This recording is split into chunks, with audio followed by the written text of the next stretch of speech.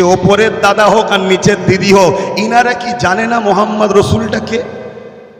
আপনাদের কি মনে হয় জানে না? 100% জানে, আমাদের থেকে অনেক ভালো জানে।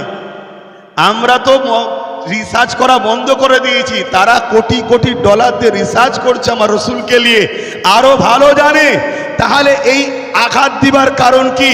আমার মনে হয় এই আঘাত দিবার কারণ একটা, আমাদের ব্রেনকে এই দিকে ঢুকাতে চাইছে।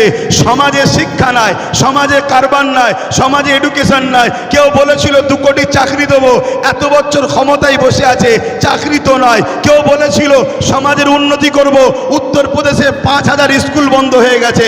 উত্তরপ্রদেশের দলিতরা রাস্তায় বেরোলে মার খাচ্ছে, আদিবাসীরা মার খাচ্ছে, এসটিরা মার খাচ্ছে, এসসিরা মার খাচ্ছে। উত্তরপ্রদেশের হালত বড় খারাপ। উত্তরপ্রদেশের আইন ব্যবস্থা ধ্বংস হয়ে গেছে। উত্তরপ্রদেশের জঙ্গল রাজ চলছে, উত্তরপ্রদেশে গুন্ডা রাজ চলছে। এই জঙ্গল রাজ, গুন্ডা রাজকে চেপে দিবার জন্য এমন একটা ইস্যু তৈরি করো যে ইস্যুতে মুসলমানরা দাড়ি টুপি দিয়ে রাস্তায় নেবে, নরে তাকবীর আল্লাহ আকবার দেবে। আর এই সুযোগে রাতের অন্ধকারে আমি অমুসলিমদের পাড়ায় গিয়ে বলবো, দেখেছিস মোল্লারা পাকিস্তান বানাচ্ছে, আমাকে রাখ, পল্ডুজার বাবা ওদেরকে সাইজ করব। এটা মনে হয় তার নাকামিকে ঢাকার জন্য মোহাম্মদ রসুল লিখার জন্য আঘাত করেছে না? এটা যদি নতুন হয়, এই ভারতবর্ষে একমুখ হনুমানটার যে ছবি ওটাও নতুন। এই ভারতবর্ষে লাভ জিহাদের নামে পিটা ওটাও নতুন। এই ভারতবর্ষে গোরক্ষা বাহিনীর নামে পিটা ওটাও নতুন। এই ভারতবর্ষে জয় শ্রীরামের নামে মারা এটাও নতুন। তাহলে এইগুলোকে রুকা হচ্ছে না। আই লাভ মোহাম্মদ রসুল লিখার জন্য রুকবে কেন? মূলত এদের উদ্দেশ্য, এরা এদের নাকামিকে, এরা এদের কমজোরিকে, এরা যে নাকাম হয়েছে এটাকে ঢাকার জন্য আমাদেরকে এই রকম একটা ইস্যু তৈরি করে এরা এদের অন্যায়, জুলুম, অত্যাচার, চুরি, ডাকাতি, খুন, এরা যে বেকার এটাকে চাপার একটা পরিকল্পনা করছে। হতে পারে না, পারে না। তাহলে কি আন্দোলন বন্ধ হয়ে যাবে? না, আন্দোলন বন্ধ হলে ঈমান থাকবে না। ইমাম মালিক হুজুর বলেছে যে আমার রাসূলুল্লাহর ব্যাপারে কেউ যদি আঘাত দিবার চেষ্টা করে, তুমি যদি তার বিরুদ্ধে সংগ্রাম না করো, তোমার মধ্যে ঈমান থাকতে পারে না। এটা অন্য বিষয় নয়। নামাজের বিষয়ে আঘাত, রোজার বিষয়ে আঘাত, হজের বিষয়ে আঘাত, অন্য বিষয়ে আঘাত, এটা আলাদা বিষয়। মোহাম্মদ রসুলের বিষয়টা সম্পূর্ণ আলাদা বিষয়। তাই আমার রসুলের ওপরে আঘাত দিবার কেউ চেষ্টা করলে, আঘাত তো দিতে পারবে না, আমরাও জানি। কেউ চেষ্টা করলে ওই জালিম আবু জেহেলের বিরুদ্ধে, আজকের আবু জেহেলদের বিরুদ্ধে আমরা বেলালের মতো, আমরা সাহাবা হুজুরদের মতো তাদের উত্তরসূরি হয়ে এদের বিরুদ্ধে আমাদের আন্দোলন সংগ্রাম চলবে না, চলবে না। হাত তুলে সাক্ষী দেন, চলবে না, চলবে না। হাত তুলে সাক্ষী দেন, লড়াই হবে না, হবে না। এই লড়াইয়ে যদি রাজি থাকেন তাহলে যারা বসে আছেন উঠে দাঁড়ান, আজ থেকে অঙ্গীকারবদ্ধ হন, আমরা লড়াই করব, আমরা লড়াই করব, আমরা জীবন দেব, আমরা লড়াই করব। জাহান্নামের কুকুরদের ঘরে জাহান্নামেই পৌঁছে দিয়েছে। আজকে যদি কেউ মনে করে ক্ষমতা আমার হাতে, রাজ আমার হাতে, মিলিটারি আমার হাতে, পুলিশ আমাদের হাতে, সব আমার হাতে, মনে রেখে দিও আমরা সিদ্দিক আকবরের উত্তরসূরি। আমাদের হাতে অস্ত্র নেই, আমাদের হাতে বোম নেই, আমাদের বন্দুক নেই, আমাদের সিএম নেই, আমাদের পিএম নেই, আমাদের এমএলএ মন্ত্রী নেই, কিন্তু মনে রাখবে আমাদের দিলে মোহাম্মদ রসুলের ভালোবাসা, যেটাকে ঈমান বলা হয়, এই ঈমানের পাওয়ারে সেদিন আবু বকর সিদ্দিক বিজয় করেছে। ইনশাআল্লাহ এই ঈমানের পাওয়ারে মঈনুদ্দিন আজমিরি বিজয় করেছে। এই ঈমানের পাওয়ারে আগামী দিন আমরাও এই জালিমদের বিরুদ্ধে লড়াই করে বিজয় লাভ ইনশাআল্লাহ করব। নারে তাকবীর। গাছে তুলে মই কাটছেন না তো? শুনে রাখেন, নিজের জন্য লড়াই করিনি। যদি নিজের জন্য লড়াই করতাম, যেদিন বাপ মাকে গাল দিয়েছিল সেদিন রাস্তায় নামতাম। কেন? পাওয়ার দেখানোরও মাঝে মাঝে প্রয়োজন আছে। আছে না? নাই। অনেকে মনে করে ছোট ছোট জঙ্গলে নাকি বাঘ থাকে না।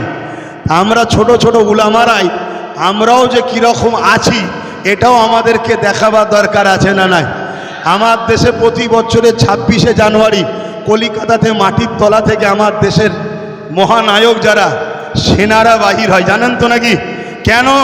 এটা আমরা মাঝে মাঝে দেখায় পাকিস্তান মুখ সামলে কথা বলাম কিসি সে কম নেই, এটা দেখানো দরকার আছে না? নাই। তাহলে দেশের মধ্যে যারা আবার বিভাজন করছে, গাদ্দার আছে, তাদেরকেও দেখাবার জন্য ব্যারিকেডে যাওয়া দরকার আছে না নাই? এই ব্যারিকেড ডাকলে দুটো লাভ হবে। একটা হলো পাড়ার ছদ্মবেশী মুসলিম সুরাতে মুনাফেকগুলোকে চেনা যাবে, কে রোকে দেখা দরকার আছে। দ্বিতীয় নম্বর কি লাভ হবে, আমাদের সংবিধানের 25 নম্বর আর্টিকেলে আছে মানুষ তার নিজের ধর্ম করবে, নিজের ধর্মের প্রচার করবে, নিজের ধর্মকে পিয়ার করবে, কারো বাধা দিবার অধিকার নেই। তাই ভারতবর্ষে কেউ যদি বলে আমি ন্যাংটো ঠাকাটাই আমার ধর্ম, ওটাকেও বাধা দিবার অধিকার নেই। কেউ যদি বলে আমার অমুক জায়গায় ঘন্টা ঝুলিয়ে দেওয়াটাও ধর্ম, ওতেও বাধা দিবার আমাদের অধিকার। কেউ যদি বলে বাঁশটাই আমার খোদা, ওকেও বাধা দিবার অধিকার। কেউ যদি বলে সূর্য আমার প্রভু, ওকে বাধা দিবার অধিকার। কেন? সবাই নিজ নিজ পছন্দ, ঠিক না বেঠিক গো?